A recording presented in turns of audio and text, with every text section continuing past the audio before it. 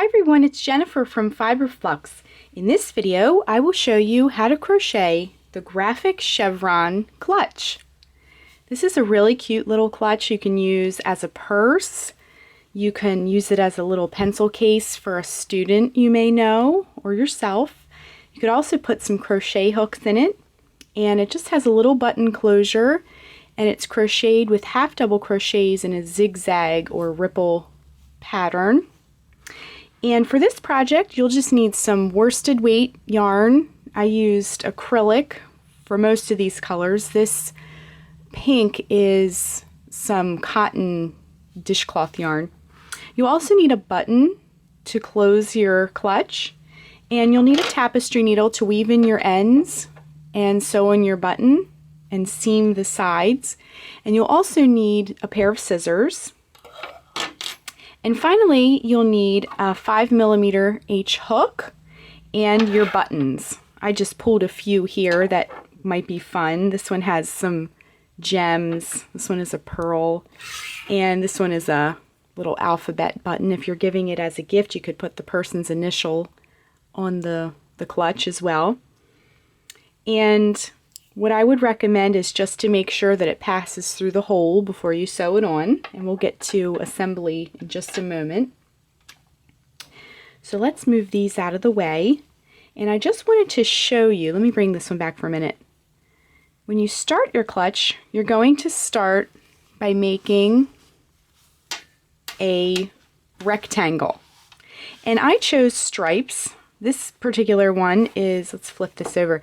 This particular one here is two colors of each, or two stripes of each color. So I worked 2 rows of white, 2 rows of black, 2 rows of pink. And however you can make yours solid, this one here is just 2 colors. And I wanted this to be bold and fun and kind of, you know, fun for the winter and everything, but you can make yours as neutral as you like. I just decided to make these super bright. And so we're going to start by making the rectangle. So to begin, I'll just put this aside so we have it handy. To begin, we'll take our yarn and we'll just put a slip knot on our hook.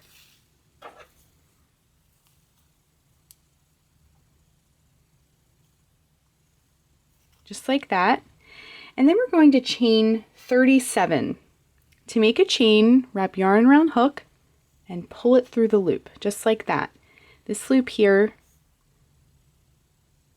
1, 2, 3, 4, 5, 5, 6, 7, 8, 9, 10, 11, 12, 13, 14, 15, 16, 17, 18, 19, 20, 21, 22, 23, 24, 25, 26, 27, 28, 29, 30, 31, 32, 33, 34, 35, 36, and 37. So this is our starting chain, just like that. And back to our piece. We're going to be starting from here and working our way up. So you'll see it unfold as we work the first couple of rows. I'm going to work the first foundation row and row 1, and then I'll also show you, if you choose to do stripes, how to move from color to color and how to weave in the ends as you go along. So let's get started with our foundation row. We're going to make a half double crochet in the second chain from the hook. So this loop here does not count. So 1, 2, in the second chain from the hook, we're going to work a half double crochet. To work a half double crochet, wrap yarn around hook, insert your hook into the chain, bring up a loop, wrap yarn around hook, and bring your hook through all 3 loops. You should have 1 loop left. To learn more about this stitch, also be sure to watch the Fiberflux video for half double crochet. Next, we're going to skip 1 chain, and in the chain after that, we'll work another half double crochet. and then another half double crochet in the next chain. We'll do this 7 times. So 1, 2, next chain 3, next chain 4, next chain 5, next chain 6, next chain 7. Next chain, we'll work 3 half double crochets all in the same chain. So 1, 2, and 3. Next, we'll work a half double crochet in each of the next 7 chains. So 1, 2, 3, 4, 5, 6, and 7. You can already see we have our first little point here. Next, we're going to skip 2 chains, 1, 2, and in the next chain we'll work another half double crochet.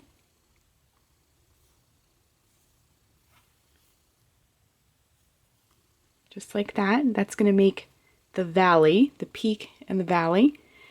So we worked a half double crochet. We're going to do that in each of the next 6 stitches. So 6 plus 1 is 7. So the next 7 stitches. So 1, 2, 3. Grab a little more yarn here.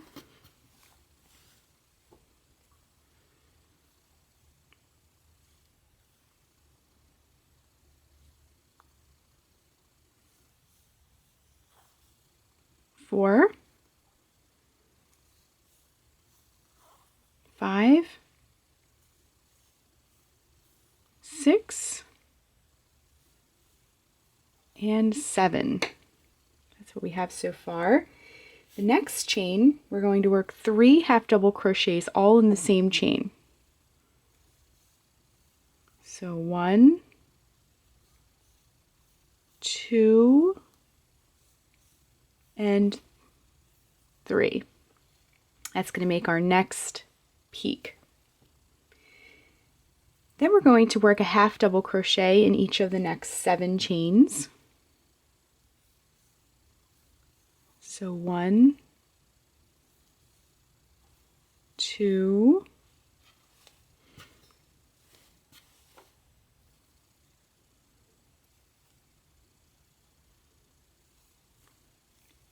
3,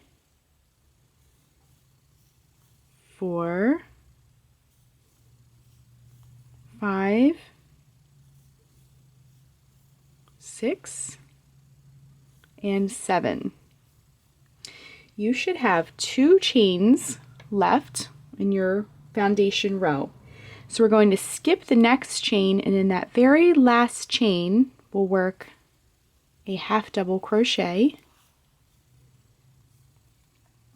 So our foundation row is complete, and as you can see, it matches the bottom here. So like I said, we're going to be working up like this. So let's move on to the next row. This next row we're about to do will be repeated for the rest of the project. So we're going to chain 2, 1, 2, and turn our work. Then we're going to work a half double crochet in the first stitch. We're going to skip the next stitch, and in the next 7 stitches we'll work a half double crochet into each stitch. So 1, 2, 3, 4, 5, 6 and 7. The next thing we're going to do is work 3 half double crochets into the next stitch. That's going to continue the peak we've already started and established from the previous row. So 1, 2, and 3. Next we're going to work a half double crochet in each of the next 7 stitches. 1, 2, 3, 4, 5, 6, and 7. Next, we're going to skip the next 2 stitches, 1, 2, and in the stitch after that, we'll work a half double crochet in each of the next 7, like we've been doing. So 1, 2, 3,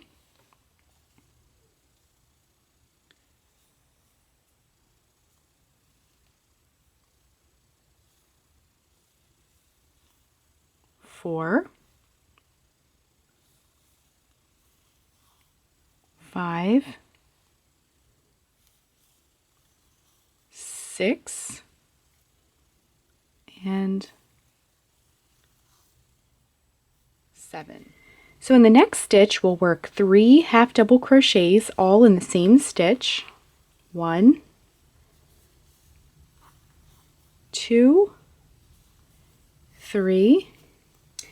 Then we'll work 7 half double crochets in the next 7 stitches.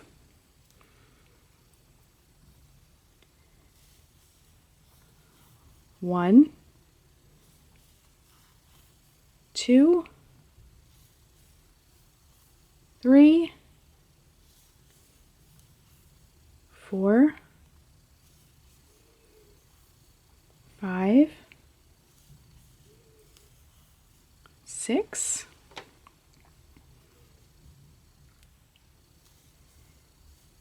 and 7. And to finish off the row, we will skip the next stitch and work a half double crochet in that very last stitch. So this completes row 1 of the pattern.